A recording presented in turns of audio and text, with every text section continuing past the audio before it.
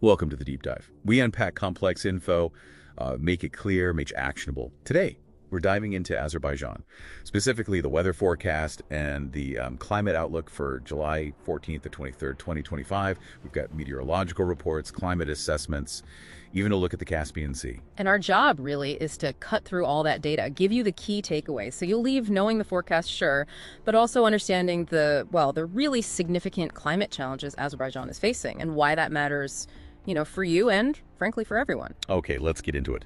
The immediate forecast, Baku, July 14th to 23rd. It looks hot. Seriously hot. Daytime temps consistently, 30 to 37 Celsius. But the thing that jumped out at me was this real feel temperature.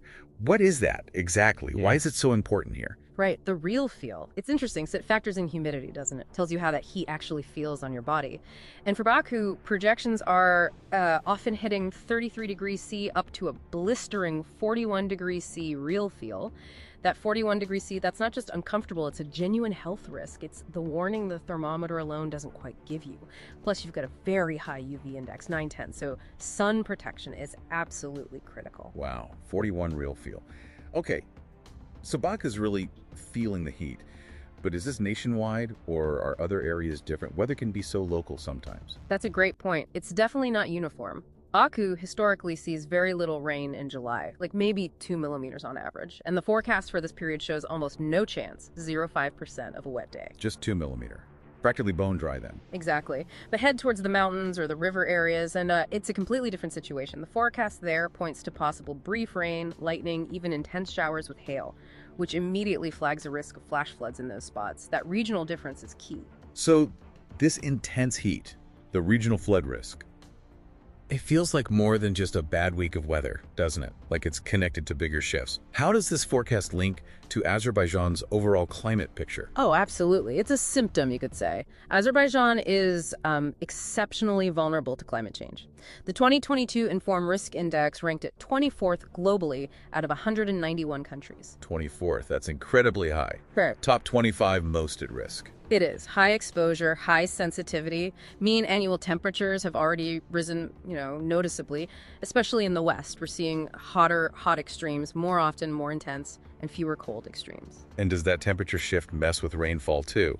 Are patterns changing? It's complicated. Overall, national rainfall doesn't show a clear trend, up or down. But, and this is critical, the intensity of extreme rain events. That's projected to increase in some areas. It's patchy, though. One regional study actually showed less heavy rain in East Azerbaijan, but generally, looking ahead, even if total summer rain might slightly decrease by mid-century... We decrease overall, Yes, but heavy precipitation events are still projected to increase. It's this dangerous paradox. You get longer, hotter droughts drying everything out. Then, when rain does come, it's torrential.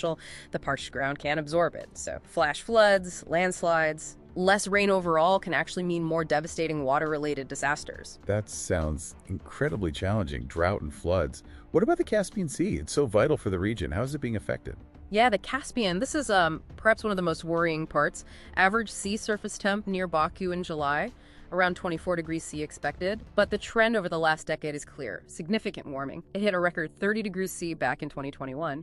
But the truly alarming headline is that the Caspian Sea is, quote, losing water at an alarming rate. Losing water at an alarming rate? That sounds dire. What does that actually mean? For the sea? For the region? For, us? It points towards a crisis that feeds itself. Warmer water means more evaporation, right? Which lowers the water level. Less water volume then heats up even faster. It's a vicious cycle. And for you, the listener, this isn't just some distant environmental issue. It impacts shipping, fisheries, water security, regional stability even. It's a massive challenge that really needs urgent, coordinated action across the whole region. So, pulling this all together then, this deep dive shows the immediate weather, that really intense heat stress in Baku. Yeah. It's not just a forecast number, it's tightly linked to these bigger long-term climate shifts, isn't it? Shifts that are making hazards like floods and droughts even worse. Exactly. And the Caspian situation, the warming, the shocking water loss, it really underscores this compounding environmental crisis.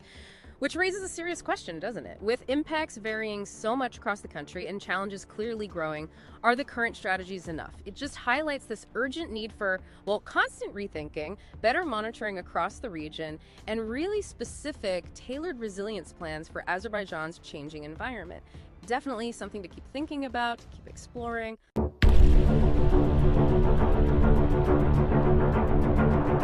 you.